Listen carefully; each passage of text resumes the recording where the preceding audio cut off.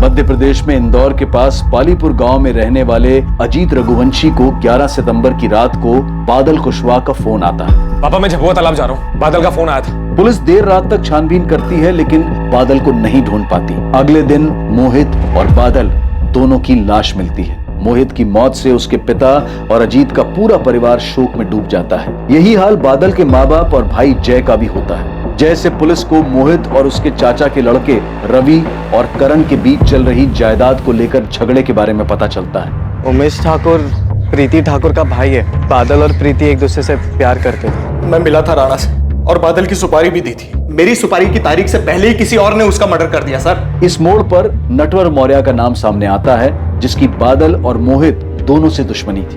बादल के साथ हुए एक झगड़े में नटवर का गलती से हाथ जल गया था और अपने जले हुए हाथ के बदले नटवर ने बादल के खेत की फसल जला दी थी और उसके जवाब में मोहित और बादल ने नटवर को बुरी तरह से पीटा था, जिससे उसकी एक टांग बेकार हो गई थी। और फिर सामने आती है सबसे बड़ी खबर कि पेशेवर हत्यारे नंदू जोशी और रघु चंदेल पालीपुर में एक सुपारी निपटाने आए हुए थे और संभव था कि उन दोनों ने ही इन हत्याओं को अंजाम दिया था। शायद इन तीनों की मिली भगत होगी और उमेश भी इसमें शामिल हो गया होगा, क्योंकि रवि करण के वकील ने ही उमेश की बेल करवाई। या फिर इस बात के भी पूरे चांसेस हैं कि इन सब ने मिलकर ये चक्रव्यूह रचा।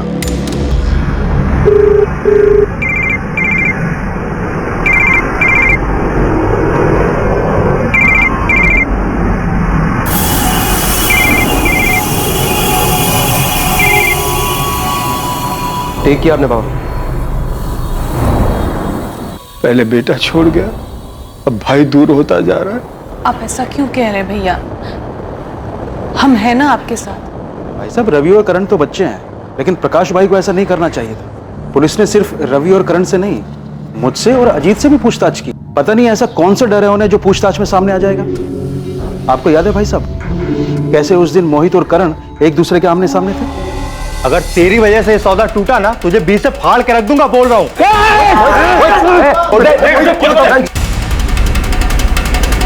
मुझे इसमें मत घसीटिए साहब, मुझे कोई बदला नहीं लेना है, ना मैंने कोई बदला लिया है साहब। मैं समझ चुका हूं साहब, सब कर्मों का फल होता है।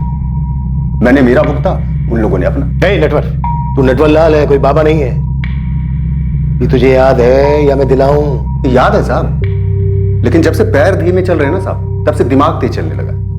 सब समझने लगा हूं अच्छा बुरा, इसलिए ये चोरी चकारी सब छोड़ दिया मैंने। चोरी छोड़ दी, लेकिन हेरा फेरी वो तो नहीं छोड़ी ना तूने। अपने दोस्तों का साथ तो नहीं छोड़ा तूने। हाल खबर तो बराबर लेते रहते तुम। दुश्मनी तो मोल नहीं ले सकता ना साहब, तो हाल खबर ही लेता रहता हूं। हालांकि जब उनसे बात होती है तो उन्हें भी समझाता हूं, कुछ नहीं रखा भाई इसमें, सुधर जाओ। बहुत बकवास सुन ली तेरी। अब सीधे सीधे बोल, रघु और नंदू कहाँ है? उन दोनों से कांटेक्ट किया था ना तूने? क्या फिर नमलपुरा का उमेश में शामिल है इसमें? कौन उमेश था? उमेश ठाकुर। इसकी तब तक खातिरदारी करो जब तक ये सच ना बोलते। सर, ये नंदू और रघु भोपाल में अरेस्ट हुए थे। कुछ एक महीने पहले बेल पे बाहर हुए। पल्लवी, तुम भोपाल जाओ, रघु और नंदू से जुड़ी सारी इंफॉर्मेशन पता और जिस केस में ये अंदर हुए थे उस केस के इन्वेस्टिगेटिंग ऑफिसर से भी मिलो। इस बात के पूरे चांसेस हैं कि उनमें से कोई ना कोई इनके कांटेक्ट में जरूर है। Okay sir. नेटवर्क खुद हिस्ट्री शीटर है। रघु और नंदू से कांटेक्ट करना उसके लिए कोई बड़ी बात नहीं, लेकिन अगर ये काम रवि और करण ने करवाया तो सोचने वाली बात यह है कि ये दोनों इतने खतरनाक सुपारी किलर से कैसे मिले होंगे। सर, वो अमित तोमर, इन दोनों का एडवोकेट, सर वो एक क्रिमिनल लॉयर है। वो जानता होगा रघु और नंदू को, शायद वहां से मदद मिली।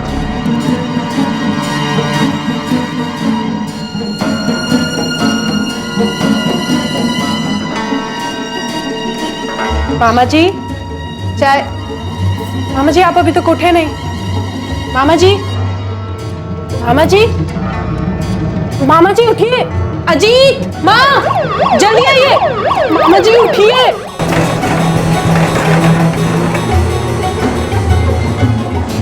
ये अचानक भैया को क्या हो गया? कहाँ लेके गए? माँ जी, आप घबराइए मत। मामा जी जल्दी ठीक हो जाए।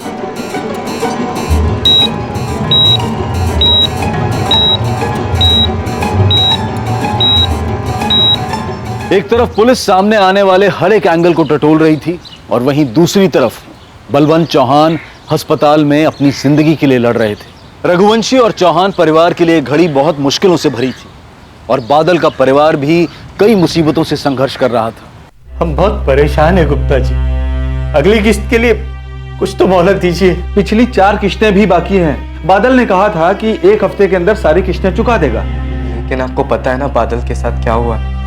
हम अभी भी उस दुख से इसीलिए हम इतने दिन रुके रहे, लेकिन अब और नहीं रुक सकते।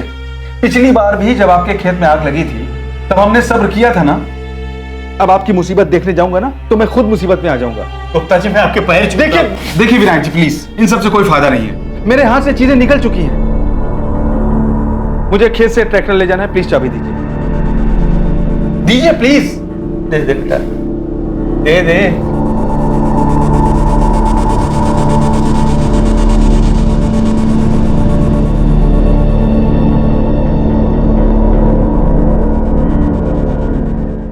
नंदू, रघु और यहाँ के पंजा गैंग के बीच काफी वक्त से गैंग वार चल रहा है। आए दिन दोनों गैंग के लोग एक दूसरे को निशाना बनाते हैं, पर एक तरह से देखा जाए तो हमारे लिए अच्छा है। कचरा खुद ब खुद साफ हो रहा है। लेकिन इस बार ये हमारे लिए गुड न्यूज नहीं है। हमारे डबल मर्डर केस में रघु और नंदू किलर है और उन दोनों के स्टेटमेंट्स हमें मास्टरमाइंड तक पहुंचा सकते हैं। मैंने अपने इन्फॉर्मर्स को अलर्ट कर दिया। कुछ होने से पहले ही हमें दोनों की इन्फॉर्मेशन निकालनी हो और उन्हें जिंदा ही पकड़ना हो। आपने किसी अमित तोमर का नाम सुना है? एडवोकेट है। रघु और नंदू के केस में कभी आए हो यहाँ पे मिलने? आप फिल्में बहुत देखते हैं क्या इंस्पेक्टर साहब? कहानी तो पूरी फिल्म बना ली आपने, लेकिन मुझे फिल्मों का शौक नहीं है। मैं कानून के दायरे में रहकर अपने क्लाइंट्स को सलाह देता हूँ और उन्हें प्रोटेक्ट करता हूँ। उन्हें क्रिमिनल्स के नाम और नंबर नहीं देता। अपने काम को लेकर ऑनेस्ट हूँ। और रहा सवाल करण और रवि का, तो अगर मुझे लगता ये दोनों अपराधी हैं या इन दोनों ने किसी भी अपराध के बारे में मुझसे बात की होती तो मैं इनका केस लेता तक नहीं। आपका शक गलत है, मुझ पर भी और मेरे क्लाइंट्स करण और रवि पर भी। कमाल है तोमर साहब, आपने एक वकील होकर फैसला सुना दिया, बेगुनाह साबित कर दिया दोनों को। थोड़ा इंतजार तो कीजिए, अभी हमारी इन्वेस्टिगेशन चल रही है, कंप्लीट नहीं हुई है। अभी तो बहुत सारे चेहरों से नकाब उतरना बाकी है।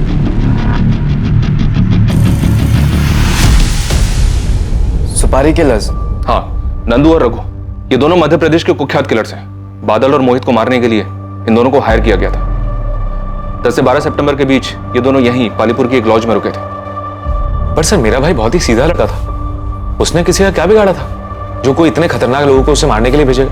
बस करो अजीत, मोहित कोई बच्चा नहीं था और उसी ने बादल को बिगाड़ा था। और सिर्फ बादल ऐसा था ही नहीं कि वो किसी शादीशुदा लड़की को लॉज में मिलने बुलाए। मोहित ही उसको बहकाते रहता था, प्यार के किस्से सुना कर उसका दिमाग खराब करता रहता था ताकि वो प्रीति से मिलता रहे। और अब पता चल रहा है कि मोहित की किसी से दुश्मनी थी जिसकी वजह से मेरा भाई मारा गया। जैब तू चुप हो जा, मेरा मुंह मत खुलवा। तेरा भाई भी कोई दूध का धुला नहीं था। नेटवर्क की टांग किसने तोड़ी थी? और मेरे भाई को भड़काया किसने था नेटवर्क की टांग तोड़ने के लिए? तुम्हारे भाई मोहित ने। मार साले को, छोड़ना मत। ओ साहब, कब तक यूं ही बैठा के रखोगे? बोला ना कुछ नहीं किया साहब। साहब मेरी बात सुनो, मैंने कब का ये बुरे काम छोड़ दिए? चुप करना, जाके बैठ जा वहां पे। ओ साहब, बड़े साहब से बात करो ना। बोलो ना, चुपचाप बैठ। ओ साहब, साहब मेरी बात तो सुनो साहब। ओ साहब, बलवंत भैया ने अपना बेटा खोया है। कैसे भूल रहे हैं आप कि मोहित अब वापस नहीं आएगा? मुझे भी दुख है इस बात का, लेकिन इसका ये मतलब नहीं कि अपने बेटों की कुर्बानी दे दूं मैं। उनकी तरफदारी करने से पहले तुझे सोचना चाहिए। कुछ तो लिहाज कीजिए उनकी तबीयत का। बलवंत भैया अस्पताल में है, बेटा तो खो ही चुके हैं और अब भाई भी उनका साथ नहीं दे रहा, तो उनकी सांसें भी उनका साथ छोड़ रही हैं।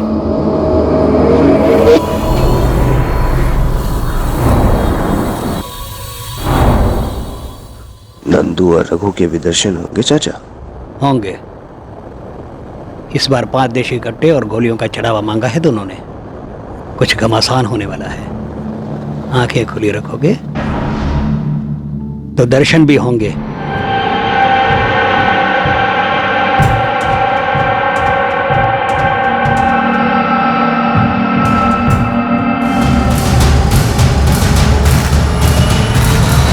रवि, करण, उमेश और दीपक सब पर वॉच रखे हुए हैं सर।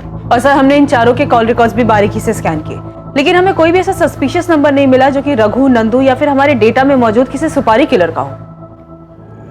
और नटवर भी अपनी बात पे अड़ा है। सर, कांस्टेबल गिरधर को भी नटवर और उसके पुराने कॉन्टैक्ट्स की खबर निकालने के लिए काम पर लगा दिया। ये रहा मेरा इक्का। तू तो गया। ये मेरा बात, ये पंच।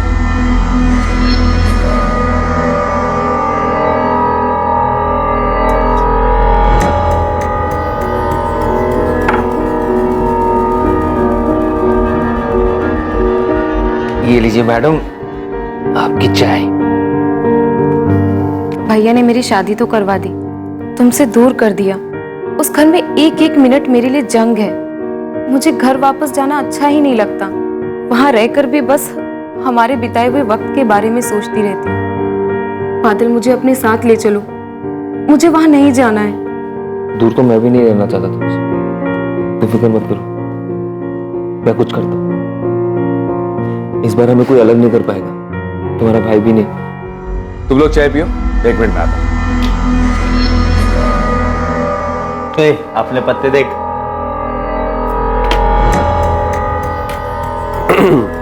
भाभी, सुना है आप और बादल अच्छे दोस्त हैं, और ये भी सुना है कि दोस्ती काफी पुरानी थी। अरे घबराइए मत, मुझे को नहीं पता, हम बताएंगे भी नहीं, बेफिक्र रहिए आप। डॉक्टर ने कहा है कि आपको बहुत जल्दी डिस्चार्ज कर देंगे। भैया कैसे हैं आप? भैया मुझे माफ कर दीजिए भैया, वो कोठी जायदाद मुझे कुछ नहीं चाहिए, बस आप जल्दी से अच्छे हो जाइए और घर आ जाइए। मामा जी, आपको भले ही नहीं चाहिए, पर रवि और करण, उनका क्या?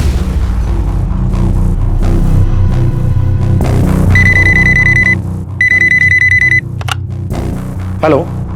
ये तो हद ही हो गई सर, पहले आप हमारे पीछे पड़े थे, अब हमारे वकील साहब पर भी शक कर रहे हैं। शक करना पेशा है हमारा। सच निकालने के लिए पहले हम शक करते हैं, फिर समझाते हैं, और अगर कोई नहीं समझे ना तो तभी से कुटाई करते हैं। अक्यूज बच नहीं सकता हमसे, चाहे वो कितने भी दूर छुपा। सर कहीं ऐसा ना हो कि अक्यूज्ड आपके सामने ही बैठा हो और आप दूर ही देखते रह जाएं। जो भी बोलना है खुल के बोल। अजीत रघुवंशी आपके नजदीक ही है सर। मोहित का कजन? हाँ सर, वही एक लौता अजीत रघुवंशी। और उससे तुम्हारी क्या दुश्मनी है जो उसका नाम ले रहे हो? कोई दुश्मनी नहीं है सर, पर आपकी उससे खास दोस्ती हो गई है। सवाल तक नहीं कर रहे आप लोग, शक की सुई तो घुमाइए उसकी तरफ। कुल्हाड़ी पर पैर मारने का शौक है तुम्हें रवि? अच्छा खासा ध्यान हटाता तुम लोगों पर से। पुलिस को दोबारा ऐसे मत छेड़ना, तकलीफ हो सकती है तुम दोनों को। सर, अजीत का नाम सिर्फ हमें भटकाने के लिए लिया जा रहा है। मुझे भी ऐसा ही लग रहा है पल्लवी, लेकिन एक बात तो है, अजीत ने खुद सामने से आकर हमें कोई बात नहीं बताई, ना तो जमीन जायदाद को लेकर झगड़े के बारे में, ना ही नेटवर्क के साथ हुए झगड़े के बारे में। तो ऐसा तो नहीं है कि ये जानबूझकर अनजान बन रहा है।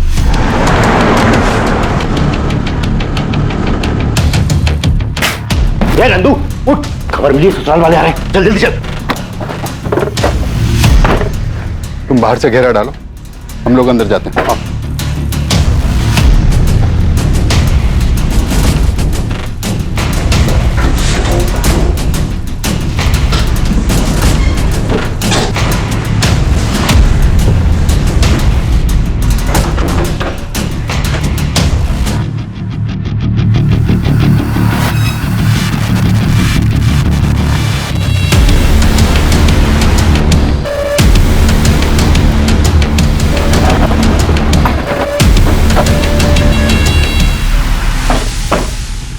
मैं बलवंत जी से मिलता हूं, तुम आसपास पूछताछ करो।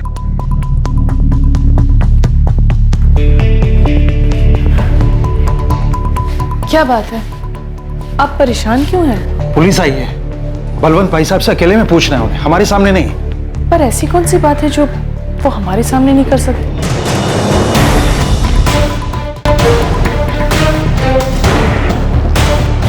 आप अजीत पे शक कैसे कर सकते हैं सर? अजीत और मोहित तो सगे भाइयों से भी बढ़कर थे। बलवंत जी, काफी प्रॉपर्टी है आपके पास, रवि और करण में काफी लालच है आपकी प्रॉपर्टी को लेकर। क्या अजीत के मन में ऐसा कुछ नहीं है? मोहित ने जायदाद को लेकर अजीत के बारे में कभी आपसे कुछ कहा? कभी कोई झगड़ा हुआ हो मोहित और अजीत के बीच? आप कुछ बता सकते हैं? मनहूस है ये जायदाद, और आप मेहरबानी करके अजीत को रवि और करण से मत आकी। अजीत बड़ा ही सीधा साधा और पारिवारिक लड़का है। मेरी बहन और बहनों ने उसे खुददार बनना सिखाया है।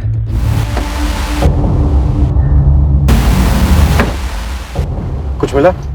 तो ये अजीत इंसान है या फरिश्ता? लोग भगवान में भी बुराई ढूंढ लेते हैं, लेकिन इस अजीत की कोई बुराई नहीं कर रहा है। लेकिन फिर भी मैंने गिरधर को बोला है अजीत की दुकान के आसपास बात करने के लिए।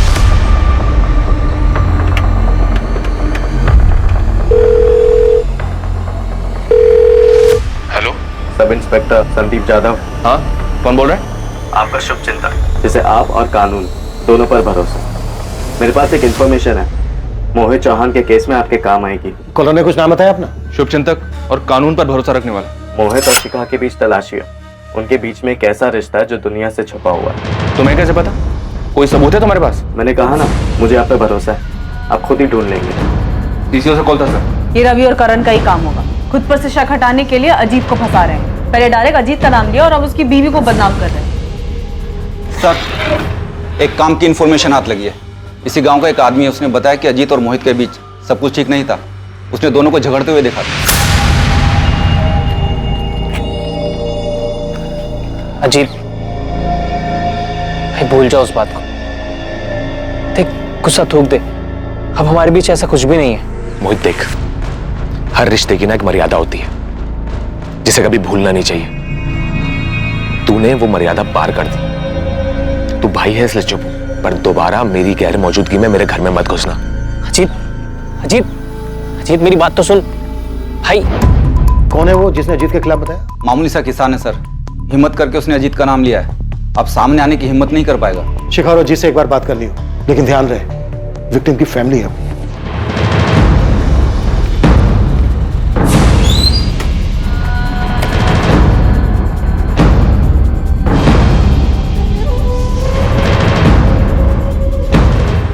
सर, आप लोग शिखा को ऐसे कैसे उठा के ले आए? सच जानने, और वो हम जान चुके हैं जो अब तक तुमने हमसे छुपाया। सच तो हम जान चुके हैं शिखा, बस तुम्हारे मुंह से सुनना है। बताओ। माँ, माँ, माँ, माँ किधर है? पिताजी के साथ मंदिर गई। और अजीत, वो तो दुकान पर होगा ना? मतलब घर पर कोई नहीं है? नहीं, मैं अकेली। बाल काफी लंबे हैं तुम्हारे।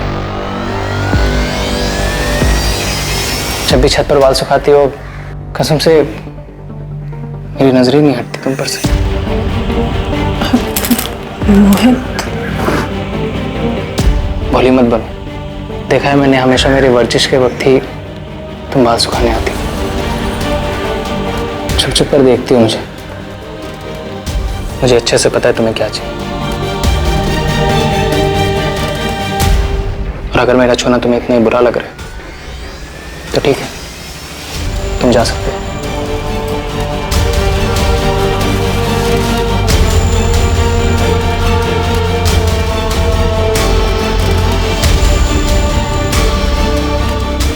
मुझे मेरी लाइफ के सबसे अच्छे और सबसे खास लोगों से ही धोखा मिला था। कब पता चला तुम्हें?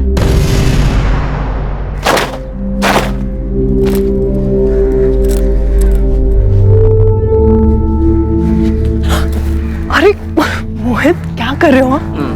अभी तो 10 मिनट ही हुए, सबको गए हुए। और वैसे भी आज शाम तक कोई नहीं आने वाला है।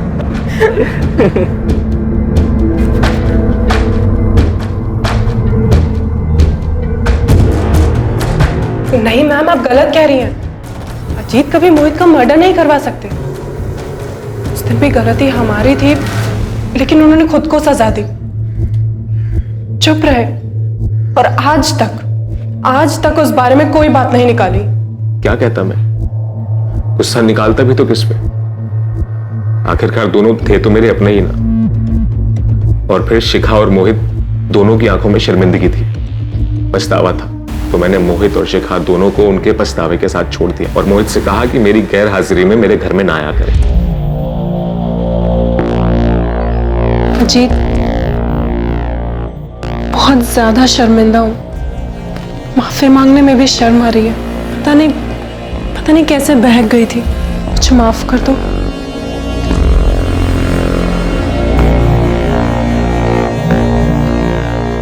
दोनों को माफ कर चुका था मैं। माफ कर दिया था या फिर किस्सा जड़ से खत्म करने का मौका देख रहे थे?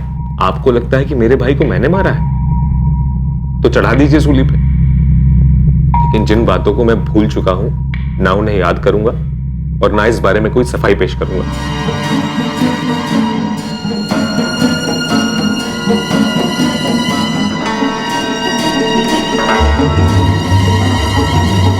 बात मुझ तक थी इसलिए अब तक दबाए रखा, लेकिन अब पुलिस जान गई है, तो आप लोगों को किसी और से पता चले, इससे बेहतर है कि मैं ही।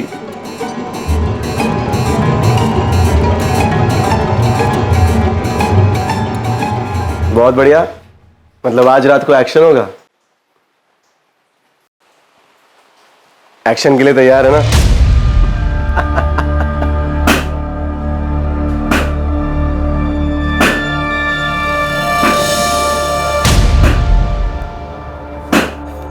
सारी बंदूकें तो जब्त हो गई, अब कैसे लड़ेंगे पंजा गैंग से? पक्का किसी ने खबर दी थी कि हम लोग गायत्री लॉज में हैं। खैर तू चिंता मत कर, कल बाबू के लोग आ रहे हैं इंदौर से सामान लेकर। उसके बाद पंजा गैंग की एक एक आदमी को दौड़ा दौड़ा कर मारेंगे।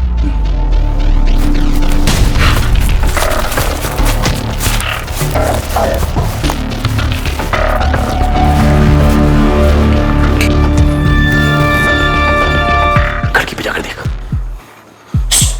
आराम से आराम से।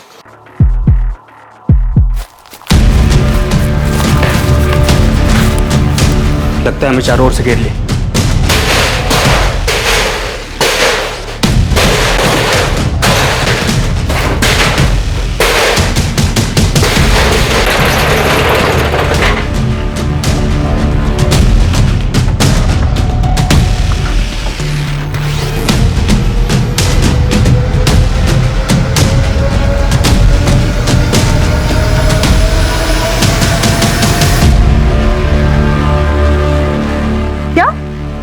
नंदू मारा गया? किसने मारा सर? और रघु कहाँ है? रघु फरार हो गया, ये पंजा गैंग का ही काम लगता है। सर नंदू तो मारा गया, लेकिन बादल और मोहित के केस को सॉल्व करने के लिए रघु का जिंदा पकड़ा जाना बहुत जरूरी है। सर आपने गायत्री लॉज में जो छापा मारा था रघु और नंदू को पकड़ने के लिए, वहाँ आपको जो सीसीटीवी मिला है उसके फुटेज को स्कैन करना पड़ेगा, शायद उससे हमें कोई लीड मिल जाए। पहले भी फुटेज आ गए। नंदू और रघु 10 दिन से गायत्री लॉज में रह रहे थे। काफी सारे फुटेज मैं भिजवाता हूँ।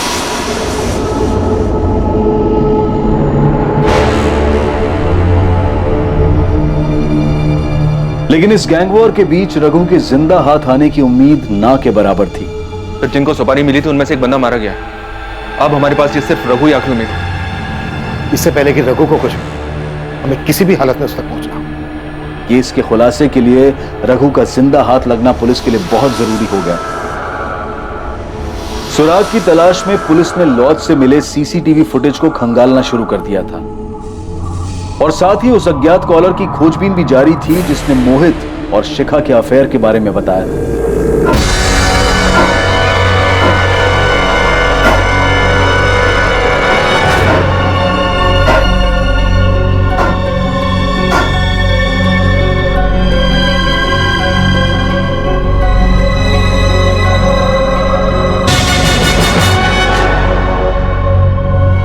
केस से जुड़े सभी संदिग्धों पर कड़ी नजर रखी जा रही थी। सर, भोपाल के गायत्री लॉज में जहां रघु और नंदू रुके थे उसके सीसीटीवी फुटेज में एक अजीब बात नजर आ रही है। ये देखिए।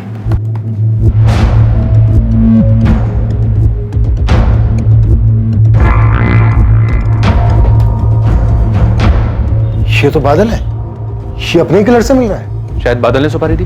तो फिर खुद बादल क्यों मारा गया? और ये बादल रघु को कैसे जानता था? खतरनाक कातिल से मतलब बादल क्यों मिलेगा? यही सच है विनायक जी, बादल मिला था उससे। ये सब मोहित का ही किया धरा है। मोहित की बातें सुन सुन के आज बादल की ये हालत हुई है। अरे यार कितना टाइम लगाता है, कब से वेट कर रहा हूँ। तो वो मेरे जूते नहीं मिल रहे थे। चल चल। बादल रात में मोहित के घर जाता है, उसे पिक करता है, दोनों साथ में शराब खरीदते हैं और उसके बाद जबुआ तालाब जाते हैं जहां पर पहले से ही रघु और नंदू मोहित का इंतजार कर रहे थे। बादल को यूज किया गया होगा मोहित को झबुआ तालाब लाने के लिए, या फिर शायद बादल भी इस प्लान में शामिल थे। दोनों तालाब पहुंचते हैं और वहां जाने के बाद मोहित को मार दिया जाता है।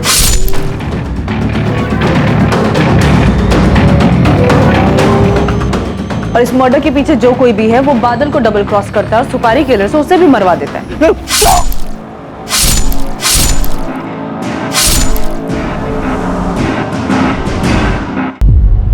मास्टरमाइंड को बादल की जरूरत थी।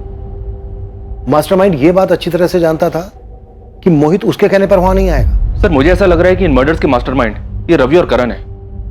इन दोनों को बादल की जरूरत इसलिए पड़ी क्योंकि मोहित इन दोनों के कहने पे वहां कभी नहीं आता। तो आप बोल रहे हैं कि हमने बादल को पैसों का लालच दिया और पैसों के लिए उसने मोहित को मरवा दिया, फिर हमने बादल को मरवा दिया। आप बोल क्या रहे हैं सर? वो दोनों बचपन के दोस्त थे। अगर बादल को ऐसा कुछ भी पता होता ना तो सीधा जाके मोहित को बताता। और कोई क्यों मदद लेगा मोहित को मरवाने के लिए बादल की? और बादल क्यों तैयार हो जाता? आप बताइए। बादल के पिता पर काफी कर्जा था, ये बात तुम लोग जानते थे। आप जानते हैं आपके बताने के बाद?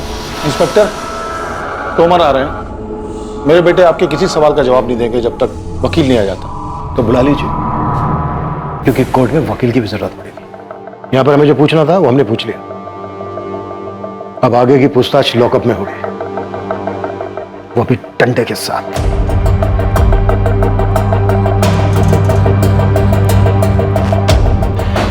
मुझे रवि और करण के हर मोमेंट की इंफॉर्मेशन चाहिए जाता। जरूरत पड़े तो और आदमियों को भी लगा दो काम पर, और अर्जेंट में दोनों के कॉल रिकॉर्ड्स में निकलवाओ। पल्लवी, रघु पर क्या अपडेट है? सर, मेरी भोपाल पुलिस से बात हुई है, वो लोग काम पे लगे हुए हैं। मैं भी बात करता हूं उनसे। हमें किसी भी कीमत पर यह रघु चाहिए।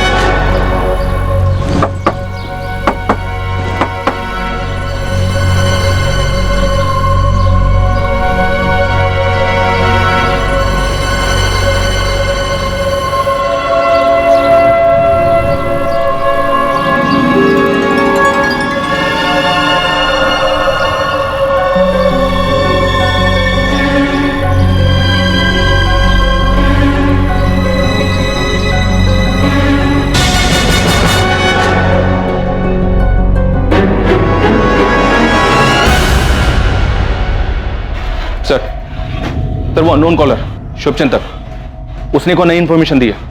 उसके मुताबिक मोहित का बादल की गर्लफ्रेंड प्रीति से भी अफेयर था। पक्का ही रवि और करण का ही काम। ये लोग गोल गोल घुमा रहे हैं हमें ताकि हमारा इन पे से ध्यान हट जाए। सर फोन पर तो ऐसा लगा नहीं कि इन तीनों में से किसी ने कॉल किया हो, पर कॉलर जो कोई भी हो, उसकी मोहित और शिखा वाली बात तो सच निकली जो किसी को पता नहीं थी। और चांसेस है कि मोहित और प्रीति वाली बात भी सच हो, शायद इसलिए बादल रघु से मिला हो। फिर बादल क्यों मारा गया? मोहित और प्रीति के अफेयर की वजह से? ये सरासर झूठ है मैडम। मेरा मोहित के साथ कोई अफेयर नहीं है। मैं तो मुश्किल से उससे 2 या 3 बार मिली थी। तो फिर बादल सुपारी किलर से मिला क्यों था? 6 सितंबर को बादल किलर से मिला और 11 सितंबर को दोनों बादल और मोहित मारे गए। तुम्हारी आखिरी बार बादल से कब बात हुई थी? बादल से मेरी आखिरी बात 7 सितंबर को हुई थी। बस कुछ दिनों की बात है प्रीति, मेरा जुगाड़ चल रहा है। पैसों का बंदोबस्त हो जाए, बाबूजी का कर्जा चुका दूं, फिर हम दोनों भाग चलेंगे। से बादल को कहीं से पैसे मिलने वाले थे, लेकिन कहां से, किससे, ये उसने प्रीति को नहीं बताया था।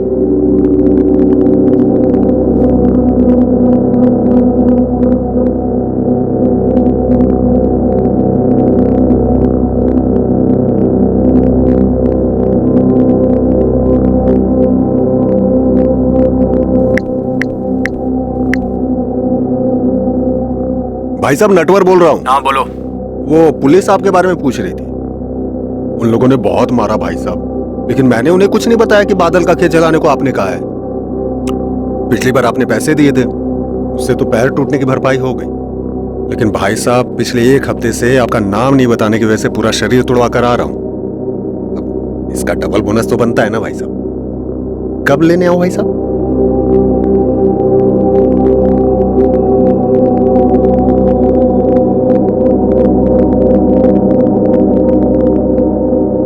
पुलिस अंधेरे में चारों दिशाओं में हाथ पैर मार रही थी, लेकिन कहीं से भी उम्मीद की कोई किरण नजर नहीं आ रही थी। इस केस का सारा दारोमदार एक ऐसे शख्स के बयान पर टिक गया था जो खुद एक पेशेवर अपराधी था, रघु चंदेल। और आखिरकार पुलिस की कोशिशें कामयाब हुई और रघु पुलिस के शिकंजे में आ गया।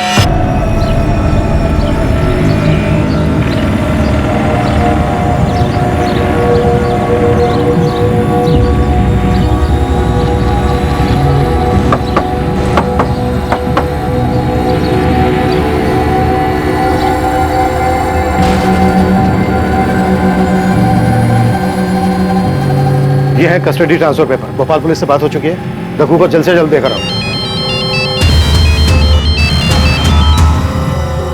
हाँ तोमर साहब बोलिए। आपसे कुछ बात करनी थी, कब मिल सकते हैं? हाँ गिरधर बोलो। नाम क्या उस अज्ञात कॉलर का? मोहित ने जो कुछ किया उसके लिए मैं माफी मांगता हूं। मामा जी, आपको शर्मिंदा होने की कोई जरूरत नहीं, गलती आपकी नहीं थी।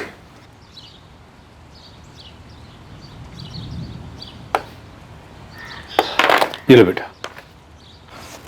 मामा जी, आपने सब कुछ सोच समझ लिया है ना?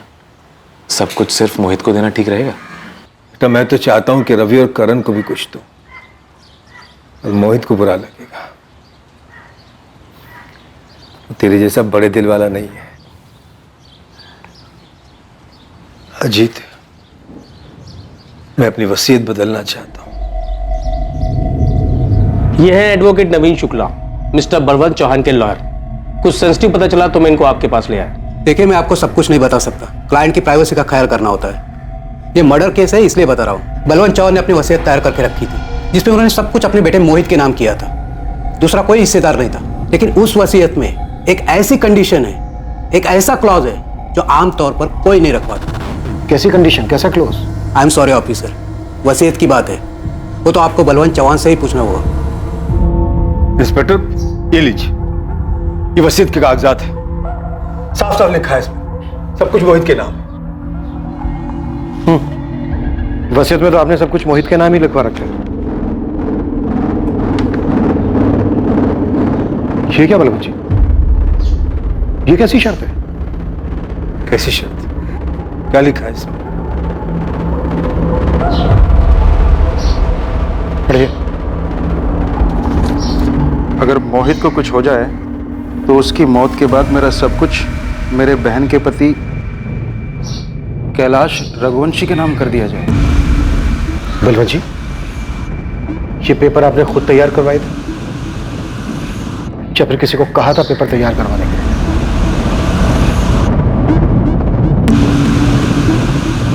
सर, क्या पूछना है मुझसे? क्या काम है, बताइए ना। आवाज बदलकर पीसीओ से कॉल करना है। ये मोहित और शिखा को तलाशी है। इन दोनों का कुछ ऐसा रिश्ता है जो दुनिया से छुपा हुआ है।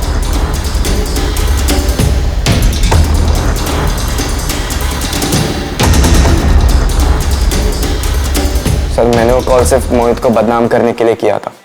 उसी ने मेरे भाई को बहकाया था सर, और उसी की वजह से आज बादल घर का कर्जा चुकाने के बजाय एक शादीशुदा लड़की के पीछे पड़ा था, ठीक मोहित की तरह सर। इसलिए तूने अपने भाई को मरवा दिया? नहीं सर, मैंने किसी को भी नहीं मरवाया। मैंने सिर्फ फोन करके वो बताया जो मुझे सुनने में आया, और कुछ नहीं। लेकिन मोहित यार अपने भाभी के साथ, हाँ? अजीत को पता चल गया तो? अब सोच के थोड़ी ना किया था, बस हो गया। प्यार तो ऐसे ही होता है ना। और तू अपना देख, प्रीति भी तो शादीशुदा है। सर, मैं चाहता था कि मेरा नाम सामने ना आए, इसलिए मैंने छुपकर पीसीओ से फोन किया। फिर प्रीति और मोहित का अफेयर, वो कहां सुना तूने?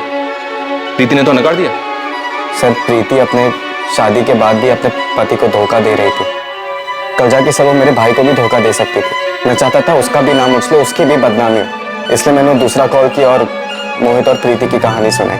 अपनी कहानी सुनाना बंद कर और हमें ये बता, मोहित और बादल के मर्डर के बारे में क्या जानता है तू?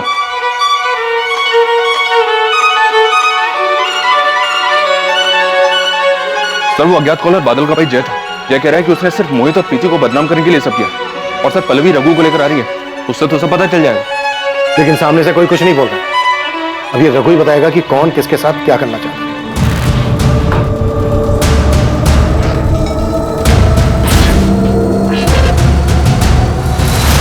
पर अजीत ने वसीयत में ऐसा क्यों लिखवाया? कोई और बात नहीं थी, सिर्फ सेफ्टी के लिए लिखवाया था पापा का नाम। तो फिर ये बात बलवंत जी से क्यों छुपाई?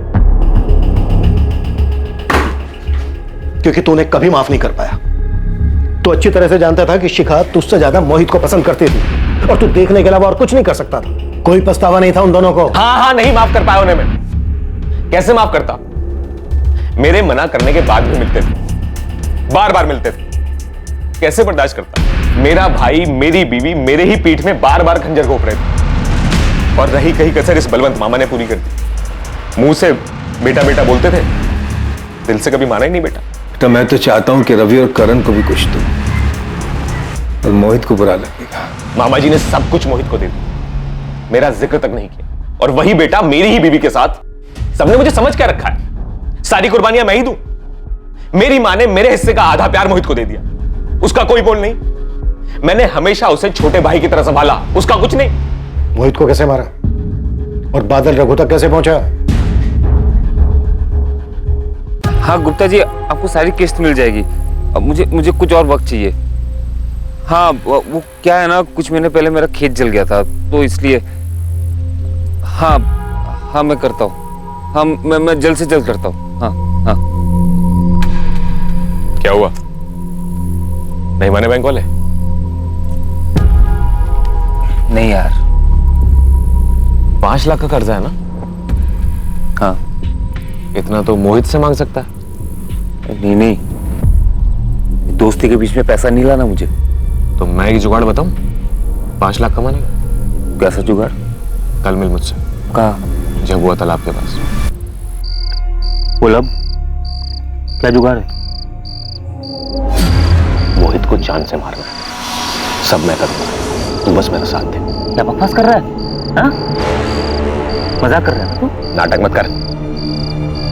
तू अच्छे से जानता है कि मोहित शिखा के साथ क्या कर रहा है। जानता हूं और ये मानता भी हूं कि गलत है। मैंने उसे समझाने की कोशिश की। वो नहीं समझने वाला। देख, मेरे पास सिर्फ एक ही रास्ता है। मोहित के मरने के बाद बलवंत मामा की सारी जायदाद देनी है।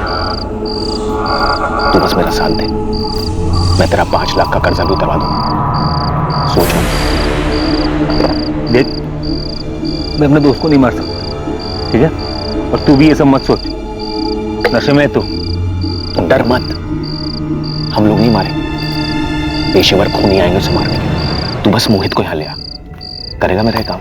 नहीं, मैं ये नहीं कर सकता। अपने दोस्त को मैं धोखा नहीं दे सकता, ठीक है?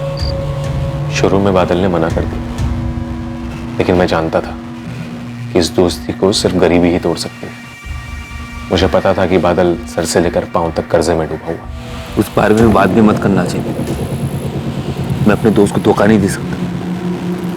देख, मुझे तो मेरे भाई, पत्नी, सबने धोखा दिया। तो दोस्त क्या चीज है? और कल को अगर तेरा बाप कर्जे में मर गया तो अचार डालेगा दोस्ती का? मोहित सिर्फ अपना फायदा देखता है। तू अपना फायदा देख। चल, 7 लाख दूंगा तुझे। बोल। देख, अब तू सोचने लगा। चल, तेरे लिए 8 लाख। कर्जा चुकाने के बाद भी 3 लाख बचेंगे तेरे पास। सोच के बताना।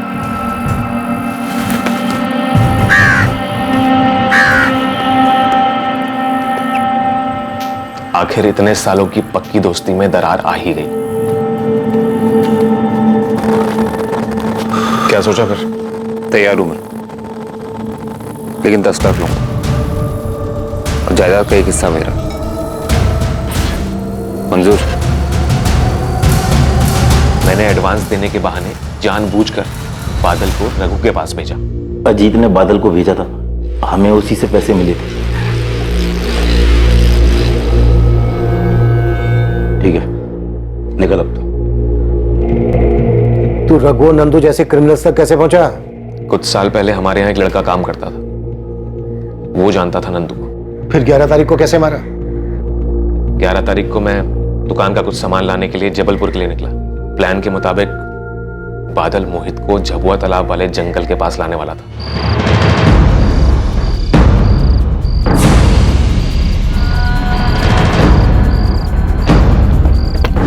बादल, ये कौन सी जगह है? चल तो सही।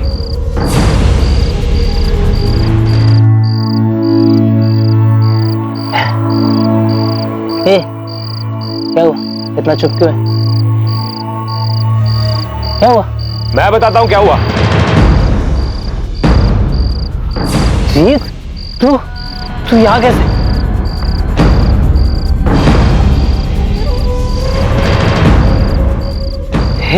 हे अजीत, क्या है ये सब? भाई हूं मैं तेरा। और शिखा तेरी भाभी है।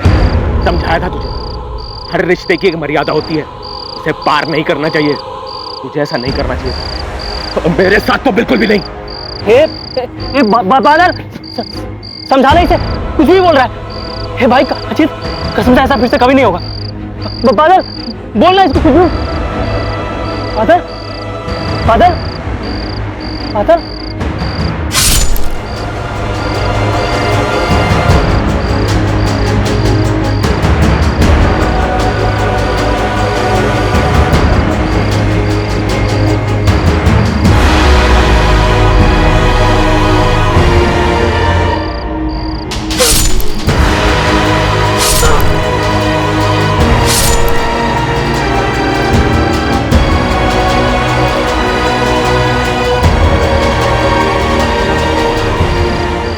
मरवा दिया मैंने मोहित को, अपने धोखेबाज भाई को।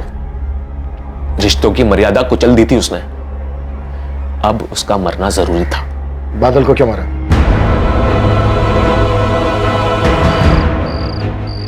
मोहित उठना, मोहित, मोहित, ये क्या कर डाला हमने? हाँ? अरे पाप है ये, बाप अपने भाई जैसे दोस्त को पैसों के लिए मार दिया। कुछ बोल दूंगा, मुझे नहीं चाहिए पैसे, मैं अपना गुनाह कबूल कर लूंगा। मोहित उठना, मोहित, मोहित,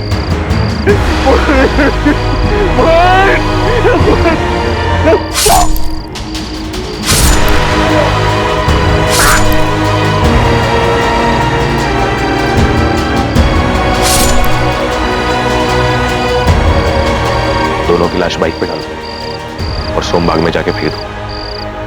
ध्यान रहे, बाइक किसी के हाथ नहीं लगनी चाहिए। मैं घर जा रहा हूं। नंदू, मुझे टाइम पे फोन करना, और ध्यान रहे लोकेशन यहीं की होनी चाहिए, कहीं जाना मत। तू फिक्र मत कर, बादल के फोन से पहले जय को फोन करूंगा और उसके 10 मिनट बाद तुझे। लाशों को सोमबाग ले जाना और बादल के फोन से मुझे और जय को कॉल करने का मकसद सिर्फ इन्वेस्टिगेशन को गुमराह करना था। तुझे क्या मिला दो जान लेकर? आप नहीं समझेंगे सर, जिसके साथ धोखा होता है ना वही समझ सकता है बस। धोखा तो तूने भी दिया है अपनी माँ को, उससे उसके दो बेटे छीन लिए, एक को मरवा दिया और एक मरने तक जेल में रहेगा। ये धोखा तेरी माँ को जिंदगी भर सताएगा। मेरी परवरिश में कहीं कोई कमी रह गई थी। खुद को दोष मत दे बीना, ये सिर्फ और सिर्फ उनकी गलती है।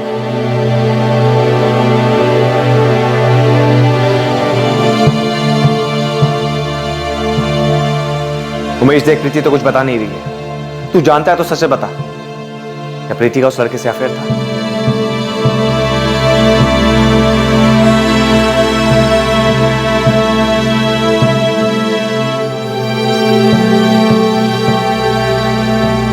अजीत रघुवंशी और सुपारी किलर रघु चंदेल को इस डबल मर्डर के लिए आईपीसी की धारा 302 के तहत हत्या के जुर्म में अरेस्ट किया गया है। फिलहाल दोनों जुडिशियल कस्टडी में हैं। सभी रिश्ते भरोसे की नींव पर टिके हुए होते हैं, फिर चाहे वो कोई भी रिश्ता क्यों ना हो। लेकिन इस केस की विडंबना यह थी कि यहाँ हर किसी ने अपने चाहने वाले का विश्वास तोड़ा। मोहित ने अजीत की पत्नी शिखा के साथ अफेयर कर विश्वासघात किया। अजीत के गुस्से और दुख को समझा जा सकता है, लेकिन उसने षड्यंत्र रचकर अपने ही ममेरे भाई की हत्या करवाई, जिसे किसी भी एंगल से जायज नहीं ठहराया जा सकता। उसके पास अपनी पत्नी शिखा और ममेरे भाई मोहित से अलग होने और रिश्ते को खत्म करने का विकल्प था, लेकिन अजीत लालची बन गया। उसने मोहित का कत्ल करके जायदाद हथियाने का रास्ता चुना। अपनी इस मंशा को अंजाम देते हुए अजीत ने अपने ही परिवार को तबाह कर दिया। उसने अपनी मां से उनके दोनों बेटों को छीन लिया। कहा जाता है कि हर फसाद की जड़ जर, जोरू या जमीन, इन्हीं तीनों में से कोई एक होती है। लेकिन इसमें दोष जर, जोरू और जमीन का नहीं, बल्कि उस शख्स का होता है जो इन्हें हासिल करने के लिए अपनी इंसानियत खो बैठता है। जज्बात में बहकर, आवेश में आकर जुर्म का रास्ता इख्तियार कर लेना बहुत ही आसान और कमजोर विकल्प है, जो आगे चलकर सिर्फ तकलीफ देता है। अगर आपको पता चले कि आपका जीवन साथी आपको धोखा दे रहा है, तो ऐसे हालात में उस व्यक्ति को नुकसान पहुंचाना या उस रिश्ते को जबरदस्ती खींचना, ये प्रॉब्लम का हल नहीं हो सकता है। ऐसे वक्त में उचित यही है कि इंसान बिना किसी विवाद के उस रिश्ते से अलग हो जाए और जिंदगी में आगे बढ़ने की कोशिश करे।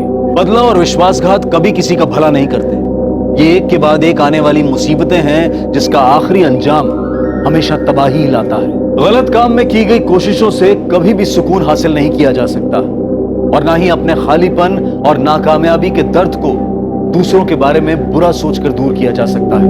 अब मैं अनूप सोनी आपसे विदा लेता हूं, फिर मुलाकात होगी एक और नए केस के साथ। और याद रखें, क्राइम और आपके बीच में सिर्फ इतना फर्क है कि आप कितने सतर्क हैं। सतर्क रहें, सुरक्षित रहें। जय हिंद।